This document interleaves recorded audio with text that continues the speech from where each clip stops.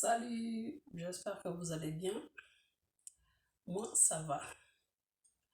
Comme je le disais, en ce moment, je fais des vidéos sans montage, donc vous allez voir mes rires, mes bêtises et consorts. Donc là, je reviens encore sur cette histoire du placement. Apparemment, il y a des choses qui sont fausses, il y a des choses qui sont vraies. Hmm. C'est un peu ça, mais c'est vraiment dommage que les gens prennent cette histoire-là à la légère. Je pense que cette histoire est prise à la légère. Et puis, concernant aussi ces fameuses victimes, je crois que les gens se méprennent un peu trop. Moi, je pense que lorsqu'on a atteint un certain âge et qu'on le fasse volontairement, il n'y a pas de victimes. Il n'y a pas de victimes, c'est juste que il faut assumer ce que tu allais trouver devant. Arrêtez de venir embrouiller les gens avec vos histoires de victimes. Une victime, c'est quelqu'un qui a été placé sous des menaces. Menaces de mort, menaces de destruction, menaces de je ne sais quoi, mais sous une pression. En fait, la personne est obligée, parce que dans cette histoire-là, les victimes, les vraies victimes, ont même peur de venir se dénoncer. Déjà, la l'allure où ça va, les gens prennent ça comme si c'était un jeu. Et là, les vraies victimes vont subir, vont continuer à subir dans cette histoire-là. Bon, je suis allée répondre au téléphone. Il fallait que je prenne ce coup de fil. Donc, je disais que les victimes, pour moi, ce ne sont pas des victimes. Pour moi, ce ne sont pas des victimes dans le contexte où on t'a proposé quelque chose, tu as accepté. Ce qu'on t'a fait devant, tu l'as accepté. C'est au sortir de là-bas que tu penses que tu as été une victime. Non, dès lors que tu as accepté, tu n'es plus victime. Si tu n'as pas été menacé, tu n'es pas une victime. Si tu repars chez toi sans pression, sans menace, tu n'es pas une victime. Tu n'es pas une victime. Si c'est une petite fille des 15 jusqu'à, moi je suppose jusqu'à 20 ans, pour moi c'est jusqu'à 20 ans. Si tu fais des choses sans, je peux dire que tu es inconsciente, tu es encore une petite fille, tu es naïve. Et si tu repars, tu n'es pas une victime. Pour moi, la victime, c'est celle-là qui a peur de refaire la chose. Pour moi, la victime, c'est celle-là qui est menacée de mort. C'est celle-là qui on menace sa famille, sa mère, son père, ses frères, ses sœurs. Pour moi, c'est celle-là la victime. Mais dans quel cas on te propose quelque chose que tu acceptes, tu deviens victime. Tu es parti une fois, tu es parti 2 fois, 3 fois. À quel moment tu deviens victime? Arrêtez de jouer avec ce mot-là, parce que les vraies victimes ont peur. Les vraies victimes n'arrivent pas, ne pourront pas se confesser si vous jouez avec ce mot-là. Il y a des victimes, il y a des vraies victimes dans ce pays. Il y a des gens qui subissent des choses dans ce pays, mais qui ne viendront pas parler de ces histoires-là juste comme ça, c'est pas vrai. Moi, je pense que celles qui sont venues parler ça sur les réseaux sociaux ne sont pas des victimes. Parce que la vraie victime, elle sait qu'on saura que c'est elle. La manière de parler, de donner les détails, elle sait qu'on saura que c'est elle. C'est un truc qu'elle va se confesser, mais à huis clos. Genre dans une pièce où il n'y a qu'une personne de confiance, où elle sait que là, elle a la confiance, là, elle est sûre qu'elle va être protégée, là, elle est sûre que là, elle ne risque plus rien. C'est à ce moment-là que la victime va parler. Mais vous, on vous a proposé des placements, vous avez accepté des placements. À quel moment vous devenez des victimes? Oui, ils ont utilisé des pratiques sur vous. Venez dénoncer les pratiques qu'ils ont fait sur vous. Ne dites pas que vous êtes des victimes. Vous avez accepté lorsqu'ils faisaient des pratiques sur vous. Parce qu'il ne t'a pas attaché, il ne t'a pas frappé, il t'a pas... Si tu repars même, c'est que tu n'es pas une victime. Le fait de repartir, il t'appelle, tu repars, tu n'es pas une victime. Oui, il y a des gens qui font des pratiques, qui chient sur les bouches des filles, ça leur excite, oui, ça arrive. Il y a des hommes qui prennent les filles à deux, ça arrive. Il y a des filles aussi qui acceptent ça. Mais il y a celles-là qui n'acceptent pas, c'est celles-là les victimes. Cette histoire-là est trop compliquée. Et pour ceux qui ont décidé de dénoncer cette histoire-là, je pense qu'ils n'ont pas les informations qu'il faut. Peut-être quelqu'un qui a écouté l'histoire de quelqu'un qui veut se faire passer, mais elle n'a pas la vraie version de la chose. Moi, je pense qu'il faut arrêter de parler sur ce problème-là parce qu'il n'y a pas de vraies victimes. Lorsque tu atteins 30 ans et que quand tu as besoin d'argent, tu repars, tu n'es pas une victime. Tu as le choix d'aller travailler. Tu as le choix de créer un business. Tu as le choix de partir ou de rester chez toi, mourir de faim. Arrêtez de venir dire ici que vous êtes des victimes parce que vous étiez obligé de partir parce que vous n'avez rien à manger. Vous n'êtes pas des victimes. Il n'y a aucune victime là-dedans dès lors que tu acceptes de le faire par toi-même. Tu n'es pas une victime. Pour moi, les gens qui ont dénoncé cette histoire-là n'ont pas toutes les informations. Parce que déjà, il y a une fille qui se plaint. Il y a une fille qui risque même de se ôter la vie sur prétexte qu'elle a été affichée. Elle n'est même pas à Libreville. On a affiché sa photo. Elle a un copain. À quel moment elle va dans les placements si elle vit en famille, si elle a un homme? À quel moment elle se plaint de cette histoire? Elle a été affichée. Elle n'est pas à Libreville. Elle n'est pas à Port-Gentil parce que les placements, pour faire ce genre de truc-là, il faut être en capitale. Soit Port-Gentil, soit Libreville. C'est dans ce genre d'endroit-là on peut trouver ce genre de pratiques. Donc moi je pense que c'est mieux d'arrêter qu'on parle de cette histoire parce que il va y avoir beaucoup de victimes. Oui, en parlant de ça, il y aura des victimes. Et il y a déjà même des victimes. Quelqu'un qui ne connaît pas comment on fait le placement a déjà été mêlé dans cette histoire. Donc c'est peut-être quelqu'un qui la déteste, qui l'envie, qui est venu l'exposer en disant qu'elle aussi elle est dedans. Juste peut-être pour que son gars la quitte, pour qu'elle remplace. Tout ça, vous ne savez pas. Une victime ne viendra pas, moi je pense qu'une victime ne viendra pas s'exposer comme vous pensez là. Oui, exactement, les gens qui ont été exposés, genre, je parle des hommes, certains sont dans des pratiques, ça on accepte. Mais il faut penser à leur famille, qui vont te pointer du doigt. Oui, il est dans les placements. Mais il a fait quoi? La fille est arrivée, la fille a accepté la proposition. Il a fait ce qu'il avait à faire. Pourquoi l'exposer? Il n'a pas violé, il n'a pas menacé. Et c'est un truc qu'il fait, ses parents ne sont pas au courant. Pourquoi l'exposer? C'est bien beau d'exposer, oui. Mais exposons les méchants. Il y a des méchants, il y a des vrais méchants. Et vous savez que les méchants, ce ne sont pas les Makayas. Vous savez que les méchants sont bien positionnés dans ce pays. Et on va parler de justice. Vous parlez de quelle justice? Eux-mêmes qui sont dans les histoires des placements là, ils sont même eux-mêmes à la justice. Qui va aller se plaindre chez qui? Qui va aller se plaindre chez qui? Arrêtons. Une amie t'a amené dans gérer un biz. Oui, ça s'est fait, c'est pas aujourd'hui. C'est pas aujourd'hui, ça s'est fait depuis des années. Ça s'est fait dans tous les pays africains, ça s'est fait. Il y a un babaché qui cherche. Il y a un sugar daddy qui cherche une belle petite fille avec qui il veut passer la nuit. Toi, ta copine vient te proposer, ou bien le gars à qui on a confié la mission vient te proposer. Tu as accepté.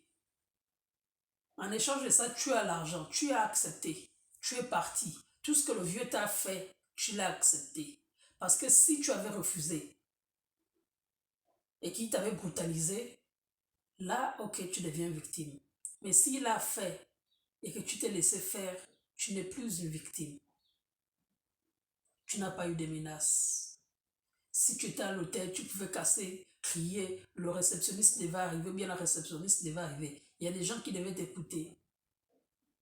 Et les gens dans ce genre d'endroit, je ne pense pas dans ce genre d'hôtel, je ne pense pas que quelqu'un t'est violente et puis que personne n'entende. Tu as accepté, assume et tais-toi. Tu viens mettre les autres dans une posture qui n'est pas bonne. Les victimes sont là, oui. Les victimes vont se confier un jour. Les victimes, dès qu'elles se sentent en sécurité, un jour elles vont parler. Mais seulement si elles se sentent en sécurité. Ça existe, c'est vrai, depuis des années, c'est pas aujourd'hui. Il y a des filles même, parce que je parlais avec une amie qui a même peur de gérer ses bises. Elle le fait consciemment, c'est elle-même qui cherche ses bises. Elle dit même qu'elle a peur de faire ses bises, de peur d'être exposée. Mais un truc qu'elle-même elle fait volontairement. Vous venez l'exposer, pourquoi? C'est un placement qu'elle a fait, elle a accepté, elle assume. Mais vous venez l'exposer, pourquoi? Avant d'exposer les filles, parce que les hommes, ce sont eux qui sont les acteurs de ces bêtises-là. Mais avant d'exposer les filles, contactez les filles, parlez avec les filles, posez des questions, elles vont vous expliquer si elles veulent. Mais si elles ne veulent pas, lâchez l'affaire. Ce n'est pas parce que vous allez parler que l'affaire là va être... Vous êtes en France, elles sont en Afrique, vous venez l'exercer. Même le français.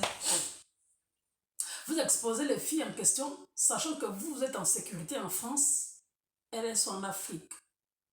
Donc, dès que on appelle comment, l'acteur découvre que cette scène-là, il a vécu avec telle fille, la fille est foutue.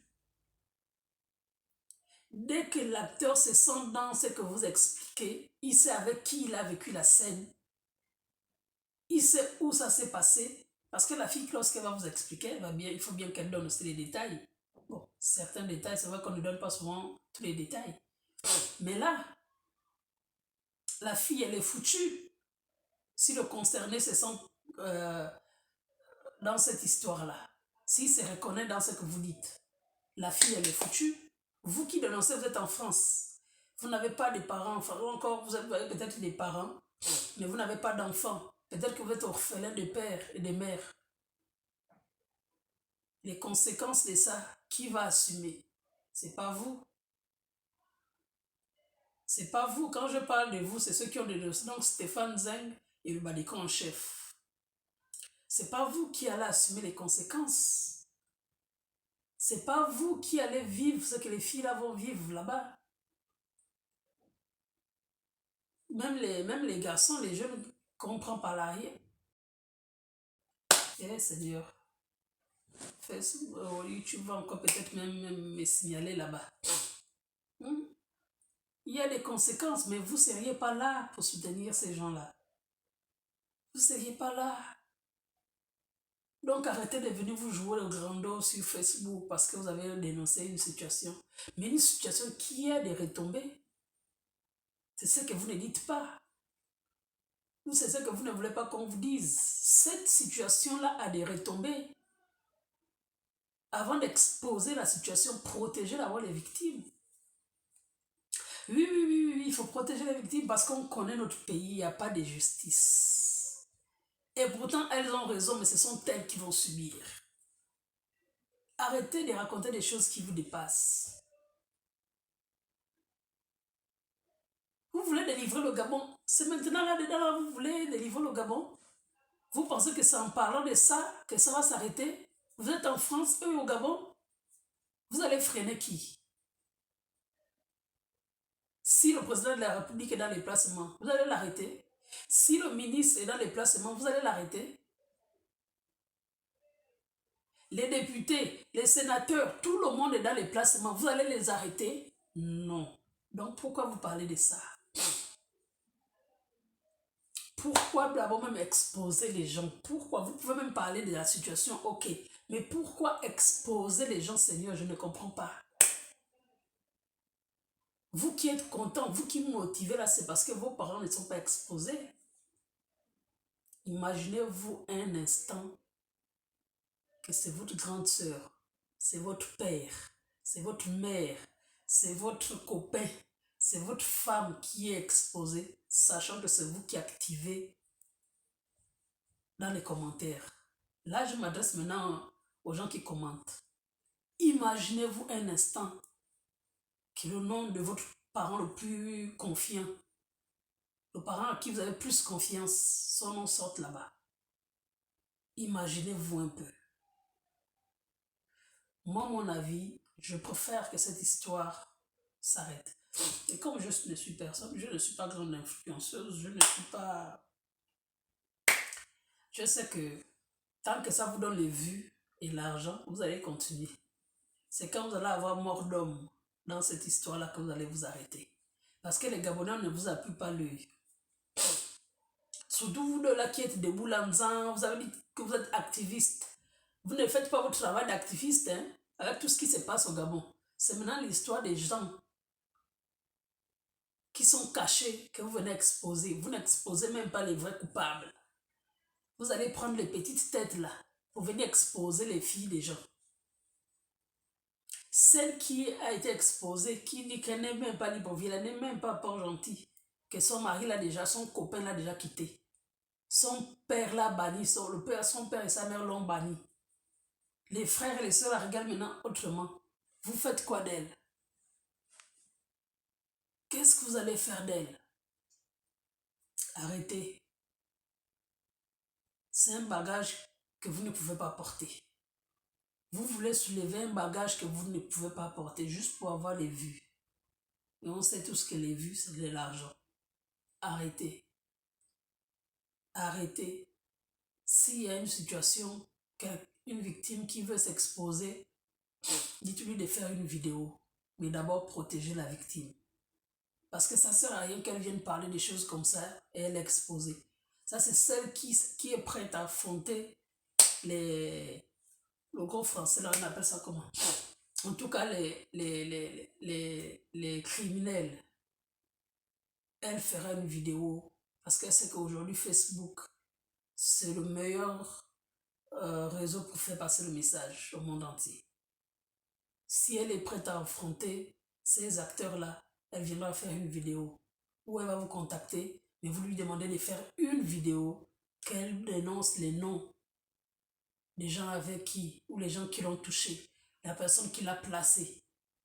Ou si c'est elle-même qui est partie, il faut aussi assumer que vous-même vous êtes parti et vous avez croisé ça. Parce qu'il y a des filles là-dedans qui sont parties. Il y a des filles, moi je connais des filles qui font ça d'elles-mêmes. Elles vont passer par le canal des placements pour dire qu'elles aussi elles ont vécu. En tout temps, elles sont parties d'elles-mêmes. Ça sert à quoi? Ce n'est pas parce que je viens te confier quelque chose que ce que je te dis c'est forcément vrai. Quelqu'un a entendu une histoire. La manière dont elle va te rapporter même l'histoire, ce n'est pas de la même manière qu'elle a entendu. Elle va assaisonner, ajouter le sel, le cube, le mamboko, tout, pour donner un bon goût à la sauce. Toi aussi, tellement tu es excité pour avoir les vues, pour avoir l'argent de Facebook, voilà maintenant, tu veux te jeter sur Facebook. Et ta crédibilité, à quel niveau elle est? Donc, arrêtons, arrêtez.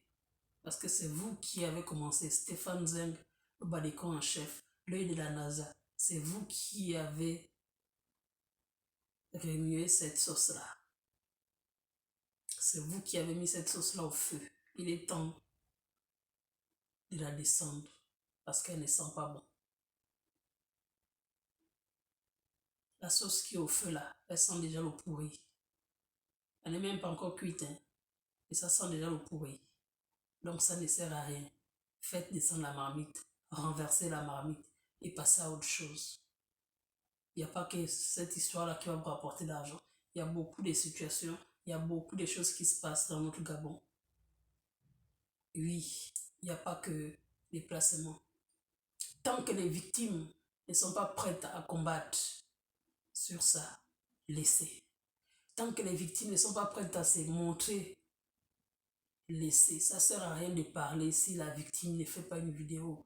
Qu'on voie la victime, qu'on sache qui elle est, que des paroles sortent de sa bouche. Ça serait mieux pour tout le monde. Ça, c'est cette victime-là qui est prête à parler. Et là, moi, je pense qu'elle sera prête à parler si seulement elle se sent confiance. S'il n'y a pas de confiance, s'il n'y a pas de sécurité, je ne pense pas que cette victime viendra parler. Donc, tapez sur quitter, comme disent les Ivoiriens. Passons à autre chose. Il y aura des victimes en faisant ce que vous êtes en train de faire. Il y a déjà même des victimes. Il y a des gens qui ont été affichés, qui ne se reconnaissent pas. C'est vrai que même s'il est de là, il va venir dire qu'il n'est pas dedans. C'est vrai. Mais pensez aux familles de ces personnes-là. Pensez aux enfants qui vont être la risée du quartier, la risée à l'école. Pensez à la femme qui va être la risée de ses voisines. Et lui-même, il va être vu comment? Il deviendra victime parce que peut-être qu'il va se faire attaquer. Tout simplement parce que vous avez été bête de faire les choses comme vous avez faites. Vous n'étiez pas obligé d'afficher parce que ce n'était pas nécessaire. Dénoncer la situation. Il y a beaucoup de situations qui sont dénoncées. Les crimes rituels sont dénoncés. Mais on n'a jamais vu les photos. On donne les noms des gens.